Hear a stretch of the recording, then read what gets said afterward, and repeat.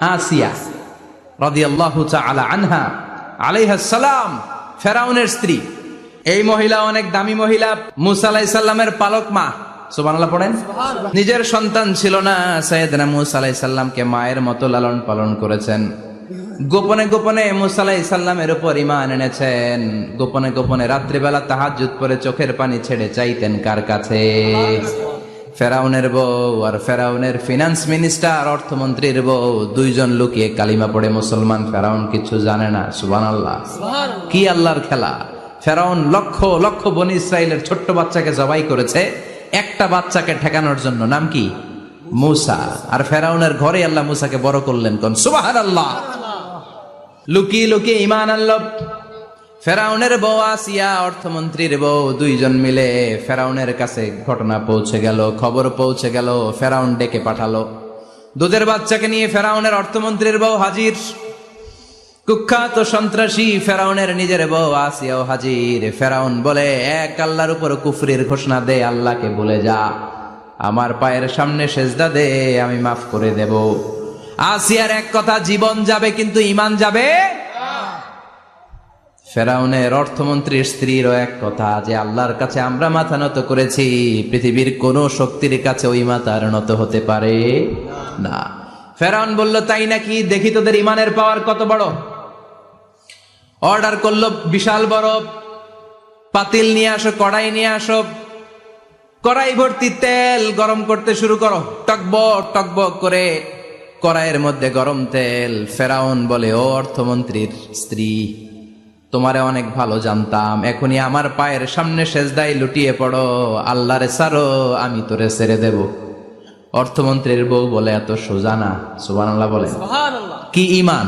ঈমানের পথে অবিচল থেকে আমার মরণ যেন হয়, তোমারই কাছে মিনতি আমার, তোমারই কাছে মিনতি আমার, মহামহিম দয়াময়,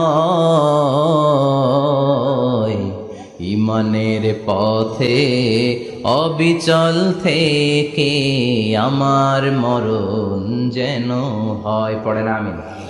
আবার পড়ে না আমিন? এক কথা, আল্লাহর সামনে মাথা নত করেছি, কারো সামনে করব না। ফেরাউন অর্ডার দিল, এই মহিলার দুধের বাচ্চাটারে টান দিয়ে আন, টকবক তেলের মধ্যে, কড়াইয়ের মধ্যে গরম তেলের মধ্যে ছেড়ে দে। মায়ের চোখের সামনে দুধের বাচ্চাকে গরম তেলের মধ্যে ছাড়ে। হিসাবটা কি সহজ নাকি? কথা বলেন। চিৎকার দিয়ে মা কেঁদে ওঠে, ছেড়ে দাও। ফেরাউনের নির্দয় অন্তরে দয়া হয় না। দুধের বাচ্চাটারে তেলের মধ্যে ছেড়ে দেওয়ার পরে মুহূর্তের মধ্যে ছেলেটা রোস্ট হয়ে যায়। কিন্তু ছেলেটা হাত উঁচু করে ডেকে বলে, মা ভয় পেও না, তোমরা দেখো টকবগে কড়াইয়ের ভেতরে তেল, আসলে মা এটা আগুন না, এটা জান্নাতের বাগান। ও মা, ফেরাউনের দিকে তাকাস না রে মা, আমার মতো দৌড় দিয়ে তেলের মধ্যে ঝাঁপ দে। আল্লাহু আকবার।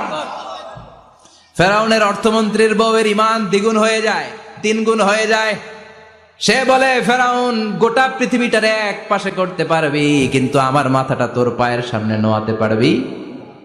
ফেরাউনের অর্থমন্ত্রীর ওই স্ত্রীকে বাচ্চার পরে ওই তেলের মধ্যে ঢেলে দেওয়া হলো। ওই মহিলাটাও রোস্ট হয়ে যায়। বাকি রইল ফেরাউনের বউ আসিয়া। কি নাম? আসিয়া কিন্তু দৃশ্যটা দেখেছে, চাক্ষুষ মৃত্যু দেখেছে দুইজনের। ফেরাউন বলে, আসিয়া, কত অন্তরঙ্গ সম্পর্ক আমাদের, আজীবন কত ভালোবাসা ছিল, কত খুনসুটি ছিল, কিন্তু আমার পায়ের মধ্যে সেজদা দিয়ে প্রমাণ কর তুই আমারে ভালোবাসিস। আসিয়ারও একই কথা, জীবন দিব কিন্তু ঈমান দিব না। ফেরাউন বলল, তোকেও আমি ছাড়বো না, তোকে আমি উলঙ্গ করব।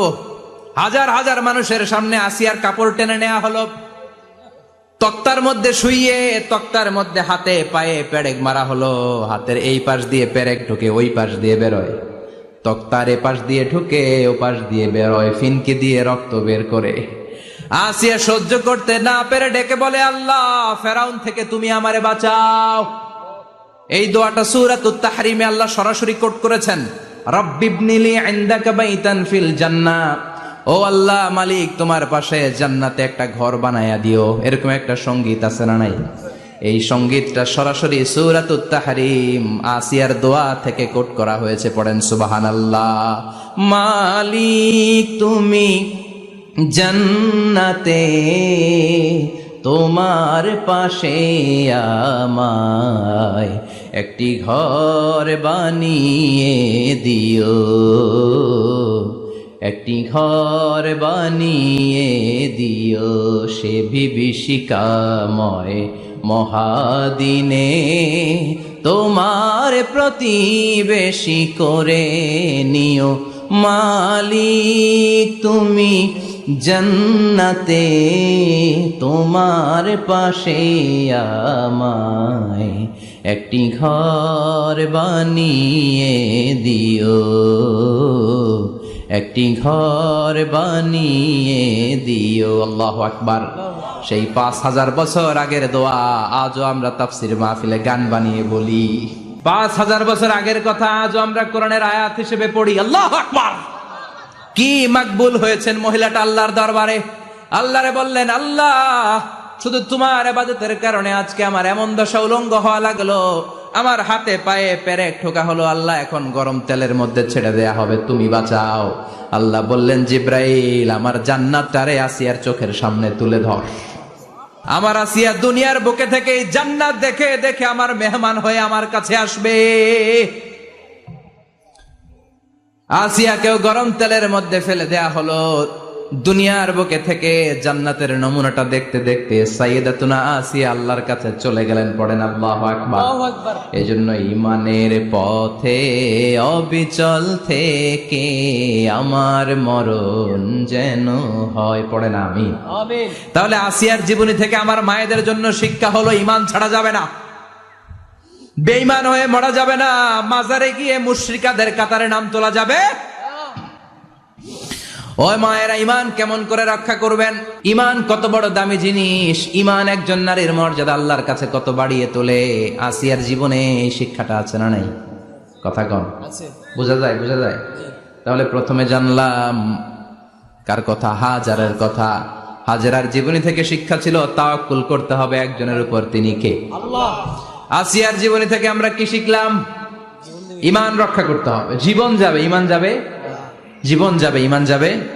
আসিয়ার জীবনী থেকে শিক্ষা হলো ঈমানের পথে অবিচল থাকতে হবে, ঠিক কিনা?